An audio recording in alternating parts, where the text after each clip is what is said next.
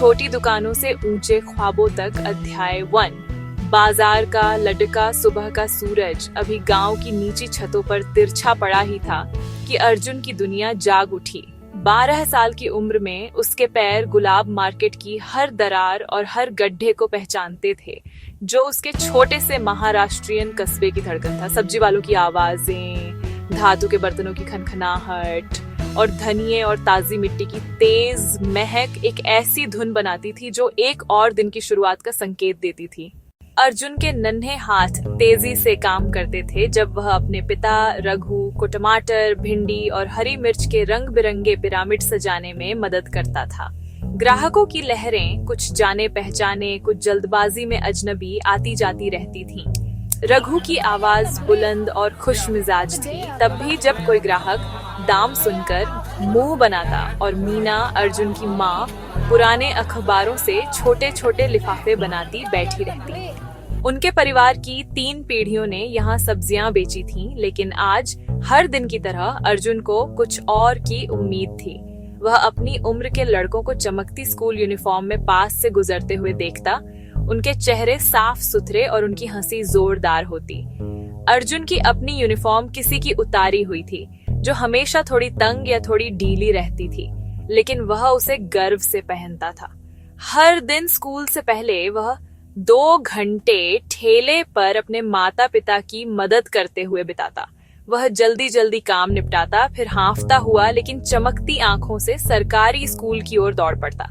सब्जी के ठेले पर जिंदगी कभी आसान नहीं थी। रघु सिर्फ एक ईमानदार जिंदगी का सपना देखता था और प्रार्थना करता था कि अर्जुन, उसका इकलौता बेटा, ठेले को ही अपनी किस्मत मान ले।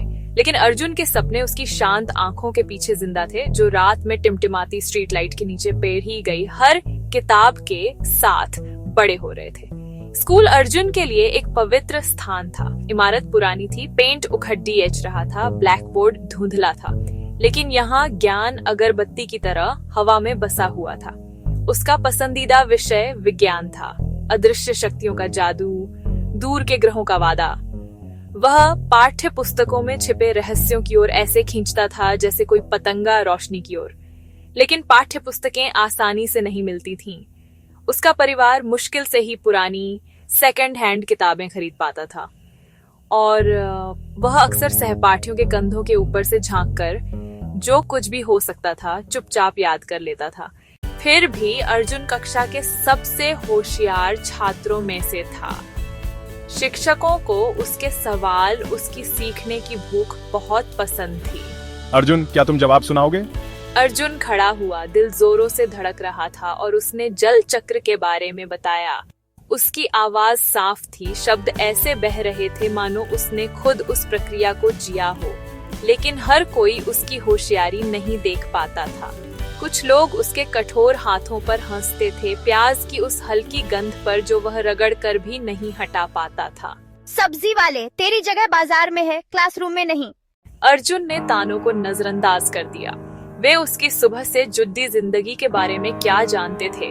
उसकी भूख जो सिर्फ खाने के लिए नहीं बल्कि विचारों के लिए थी। हर अपमान उसके बढ़ते संकल्प के लिए खाद बन गया। एक शाम वह घर लौटा तो एक ऐसा नजारा देखा जिससे उसका दिल दुख गया। उसके पिता ठेले के पीछे खांस रहे थे। बाजार की रोशनी में उनका चेहरा पीला पड़ गया था। क्या आप बीमार हैं बाबा? बस जुकाम है बेटा, चिंता मत कर, जा पढ़ाई कर। लेकिन अर्जुन ने सच देख लिया था। सिक्के गिनते समय उसके पिता के हाथ कांप रहे थे और थकान की एक परछाई हर दिन उस पर ज्यादा देर तक छाई रहती थी। उस रात जब परिवार रात के खाने के लिए पालथी मारकर बैठा, पतली दाल की सब्जी, कुछ रोटियां, मीना ने आह भरी। पैसों में गुजारा नहीं हो रहा है। पिछले साल आलू सस्ते थे, इस साल हर चीज महंगी हो गई है। अर्जुन की दुनिया चिंता के एक भंवर में सिमट गई। अगर उसके पिता की तबीयत और बिगड़ी, अगर ठेला नहीं चला, तो क्या उसे स्कूल छोड़ने पर मजबूर होना पड़ेगा? उस रात वह अपने सिर के ऊपर लगे अकेले टिमटिमाते बल्ब को घूरता रहा, मानो उसी में जवाब छिपे हों। उस छोटे तंग कमरे में बाजार की हलचल से दूर अर्जुन ने अपनी आंखों से छत पर अपना सपना उकेर दिया। एक दिन वह एक इंजीनियर बनेगा। वह ऐसी मशीनें बनाएगा जो उसके पिता जैसे लोगों का बोझ हल्का कर दें। वह एक अलग तरह का बिल्ला पहनेगा, एक प्रतीक कि वह बाजार की अदृश्य दीवारों से आजाद हो गया है। अगली सुबह अर्जुन भोर होने से पहले जाग गया।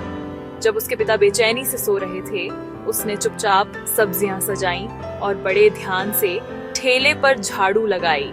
जब रघु जागा तो उसने ठेला तैयार पाया और अपने बेटे को पहले से ही गणित की किताब में डूबा हुआ पाया। तुम इतनी जल्दी क्यों उठ गए? मैं आपको आराम देना चाहता हूँ बाबा, और आज मेरा गणित का टेस्ट है। रघु ने उसे देखा, अपने छोटे बेटे को जिसकी पतली कमीज के नीचे हड्डियां साफ दिख रही थीं, और उसके सिर पर हाथ रख दिया। तुम एक दिन हमारा नाम रोशन करोगे अर्जुन। अर्जुन मुस्कुरा दिया। बाजार ही वह सब कुछ था जिसे वह जानता था, लेकिन उसका दिल एक अलग ही धुन पर धड़कता था, अनंत संभावनाओं की धुन पर। जारी रहेगा और अंत में सब्सक्राइबर, कमेंट और लाइक का जिक्र करें।